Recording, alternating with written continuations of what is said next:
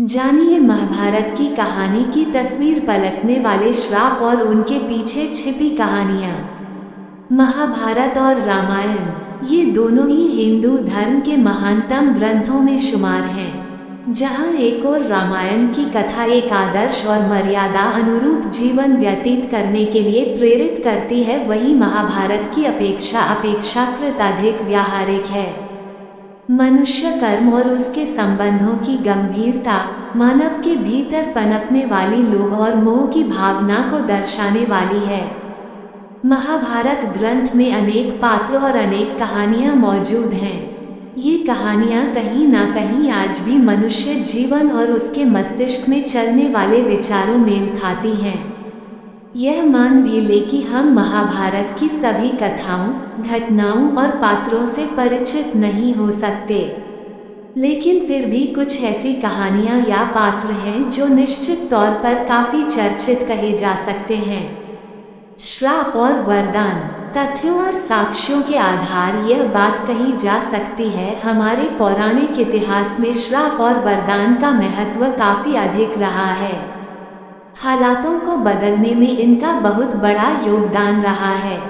हर श्राप और वरदान के पीछे कोई ना कोई कहानी भी मौजूद रहती है। इस लेख के अंतर्गत हम आपको महाभारत की कथा में मौजूद कुछ ऐसे श्राप और उनके पीछे छिपी कथाओं से अवगत करवाने जा रहे हैं जिन्होंने महाभारत की कहानी को पूरी तरह बदल दिया। आप कह सकते हैं कि अगर ये श्राप ना होते तो महाभारत की कथा कुछ और ही होती। दुर्योधन को मिला शाप। 6 एक बार महर्षि मैत्रेय हस्तिनापुर पधारे। विश्राम के बाद धृतराष्ट्र ने पूछा, भगवान, वन में पांचों पांडव कुशल पूर्वक तो है न? महर्षि ने कहा, वे कुशल है, लेकिन मैंने सुना कि तुम्हारे पुत्रों ने पांडवों को जुए में धोखे से हराकर वन भेज दिया। ऐसा कहकर पीछे मुड़ते हुए उन्होंने दुर्योधन से कहा, तुम जानते हो पांडव कितने वीर और शक्तिशाली हैं। महर्षि की बात सुनकर दुर्योधन ने क्रोध में अपनी जांघ पर हाथ से ताल ठोंक दी। दुर्योधन की यह उद्दंडता देखकर महर्षि को क्रोध आ गया और उन्होंने कहा, तू मेरा तिरस्कार करता है, मेरी बात शांतिपूर्वक सुन नहीं सकता। जा उद्दंडी, जिस जंघा पर तू ताल ठोंक रहा है उस जंघा को भीम अपनी गदा से तोड़ देगा। द्रौपदी ने घटोत्कच को शाप दिया। 7 जब घटोत्कच पहली बार अपने पिता भीम के राज्य में आया तो अपनी मां हिडिंबा की आज्ञा के अनुसार उसने द्रौपदी को कोई सम्मान नहीं दिया। द्रौपदी को अपमान महसूस हुआ और उसे बहुत गुस्सा आया। उसने चिल्लाकर कहा, दुष्ट, तूने अपनी दुष्ट राक्षसी मां के कहने पर बड़ों, ऋषियों और राजाओं से भरी सभा में उसका अपमान किया है। जा दुष्ट, तेरा जीवन बहुत छोटा होगा तथा तू बिना किसी लड़ाई के मारा जाएगा। श्री कृष्ण वंश के नाश का शाप। 8 महाभारत युद्ध के पश्चात सांत्वना देने के उद्देश्य से भगवान श्री कृष्ण गांधारी के पास गए। भगवान श्री कृष्ण को देखते ही गांधारी ने क्रोधित होकर उन्हें शाप दिया कि तुम्हारे कारण जिस प्रकार से मेरे 100 पुत्रों का नाश हुआ है, उसी प्रकार तुम्हारे वंश का भी आपस में एक दूसरे को मारने के कारण नाश हो जाएगा। राजा पांडु को मिला ऋषि किंदम का श्राप। कथा के अनुसार एक बार राजा पांडु शिकार के लिए वन में गए जहां हिरण का जोड़ा संभोग कर रहा था। राजा पांडु ने उस प्रेमी जोड़े पर अपना बाण चला दिया, लेकिन असल में वे हिरण और हिरणी कोई और नहीं, ऋषि किंदम और उनकी पत्नी थी। पांडु की इस हरकत से क्रोधित होकर किंदम ने उन्हें श्राप दिया कि जब भी वो किसी स्त्री के नजदीक जाएंगे, उसका स्पर्श करेंगे तो उसी समय उनकी मृत्यु हो जाएगी।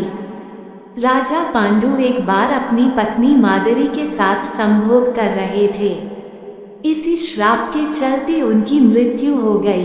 परशुराम ने दिया कर्ण को श्राप। महाभारत की कथा के अनुसार सूर्यपुत्र कर्ण परशुराम के ही शिष्य थे, परंतु उन्होंने भगवान परशुराम को एक सूतपुत्र के तौर पर अपना परिचय दिया।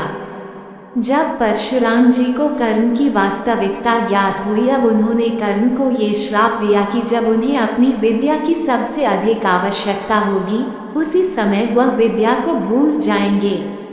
इस श्राप की वजह से कर्ण का अंत हुआ था। अर्जुन को लगा था उर्वशी का श्राप। कुरुक्षेत्र के भयंकर युद्ध से पूर्व जब अर्जुन दिव्यास्त्र प्राप्त करने इंद्रलोक गए, तब उर्वशी नामक अप्सरा उन पर मोहित हो गई।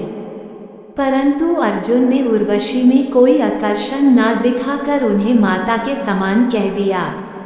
अर्जुन के ये कहने पर उर्वशी क्रोधित हो गई और अर्जुन को श्राप दिया कि वे नपुंसक नर्तक की भांति रहना होगा। जब ये बात अर्जुन ने देवराज इंद्र को बताई, तब इंद्र ने उन्हें कहा कि यह श्राप अज्ञातवास के समय तुम्हारे बहुत काम आएगा। महर्षि वशिष्ठ ने दिया था वसुओं को श्राप। महाभारत की कथा के अनुसार भीष्म पितामह अपने पूर्व जन्म में अष्ट वसुओं में से एक थे, जिन्होंने बलपूर्वक ऋषि वशिष्ठ की गाय का अपहरण कर लिया था। इस बात से क्रोधित होकर उन्होंने अष्ट वसुओं को श्राप दिया कि तुम सभी मृत्यु लोक में मानव रूप में जन्म लोगे और आठवें वसु को राज, स्त्री आदि सुखों की प्राप्ति नहीं होगी। ये आठवें वसु ही भीष्म पितामह थे। श्री कृष्ण का अश्वत्थामा को श्राप। महाभारत कथा के अनुसार जब अश्वत्थामा ने पांडवों पर ब्रह्मास्त्र छोड़ा, अब अर्जुन ने भी अश्वत्थामा पर ब्रह्मास्त्र से वार किया। महर्षि व्यास ने दोनों अस्त्रों को टकराने से रोक लिया और अश्वत्थामा और अर्जुन से अपने अपने ब्रह्मास्त्र वापस लेने को कहा। तब अर्जुन ने अपना ब्रह्मास्त्र वापस ले लिया, लेकिन अश्वत्थामा ब्रह्मास्त्र को वापस लेने की विद्या नहीं जानता था, इसलिए अपने अस्त्र की दिशा बदलकर अभिमन्यु की पत्नी उत्तरा के गर्भ की ओर कर दी। इस बात से क्रोधित होकर भगवान श्री कृष्ण ने अश्वत्थामा को श्राप दिया कि तुम 3000 वर्ष तक इस पृथ्वी पर भटकते रहोगे। तुम्हारे शरीर से पीप और लहू की गंध निकलेगी, इसलिए तुम मनुष्यों के बीच नहीं रह सकोगे। दुर्गम वन में ही भटकते रहोगे।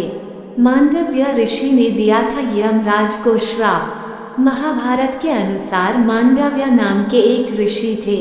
राजा ने भूलवश उन्हें चोरी का दोषी मानकर सूली पर चढ़ाने की सजा दी। सूली पर कुछ दिनों तक चढ़े रहने के बाद भी जब उनके प्राण नहीं निकले, तब राजा को भी अपनी गलती का एहसास हुआ और उन्होंने मांडव्य ऋषि को रिहा कर दिया। इसके पश्चात ऋषि यमराज के पास पहुँचे और उनसे पूछा कि मैंने अपने जीवन में ऐसा क्या किया था कि मुझे झूठे आरोप की सजा मिली। मांडव्य ऋषि ने दिया था यमराज को श्राप। तब यमराज ने बताया कि जब आप 12 वर्ष के थे, तब आपने एक फतिंगे की पूंछ में सीप चुभाई थी। उसी के फलस्वरूप आपको ये कष्ट सहना पड़ा। तब ऋषि मांडव्य ने यमराज से कहा कि 12 वर्ष की उम्र में किसी को भी धर्म अधर्म का ज्ञान नहीं होता। तुमने बहुत छोटे अपराध के लिए मुझे बहुत बड़ा दंड दिया है। मैं तुम्हें श्राप देता हूँ कि तुम्हें शूद्र योनि में एक दासी पुत्र के रूप में जन्म लेना पड़ेगा। महात्मा विदुर यमराज का ही अवतार थे। गांधारी ने दिया था भगवान कृष्ण को श्राप। युद्ध की समाप्ति के पश्चात गांधारी ने अपने सभी पुत्रों को खो दिया था। ऐसी स्थिति में गांधारी ने श्री कृष्ण को ही युद्ध के लिए दोषी ठहराते हुए श्राप दिया कि जिस तरह कौरवों के वंश का नाश हुआ है, ठीक उसी प्रकार यदुवंश का भी नाश होगा। युद्ध की समाप्ति के बाद श्री कृष्ण द्वारका लौटकर यदुवंशियों को लेकर प्रयास क्षेत्र में आ गए थे। यदुवंशी अपने साथ अन्न भंडार भी ले आए थे। कृष्ण ने ब्राह्मणों को अन्नदान देकर यदुवंशियों को मृत्यु का इंतजार करने का आदेश दिया था। कुछ दिनों बाद महाभारत युद्ध की चर्चा करते हुए सात्यकी और कृतवर्मा में विवाद हो गया। सात्यकी ने गुस्से में आकर कृतवर्मा का सिर काट दिया। इससे उनमें आपसी युद्ध भड़क उठा और वे समूहों में विभाजित होकर एक दूसरे का संहार करने लगे। इस लड़ाई में बब्रू और दारूक के अलावा श्री कृष्ण के पुत्र प्रद्युम्न और मित्र सात्यकी समेत सभी यदुवंशी मारे गए थे। भीष्म को दिया अम्बा ने शाप। 2 सत्यवती शांतनु के पुत्र विचित्रवीर्य के युवा होने पर भीष्म ने बलपूर्वक काशीराज की 3 पुत्रियों का हरण कर उनका विवाह विचित्रवीर्य से कर दिया, लेकिन बाद में बड़ी राजकुमारी अम्बा को छोड़ दिया। अम्बा ने बहुत ही द्रवित होकर भीष्म को शाप दिया कि तुम्हारी मृत्यु का कारण मैं बनूंगी। अम्बा ने प्राण त्याग कर शिखंडी के रूप में जन्म लिया और युद्ध में भीष्म की मृत्यु का कारण बनी।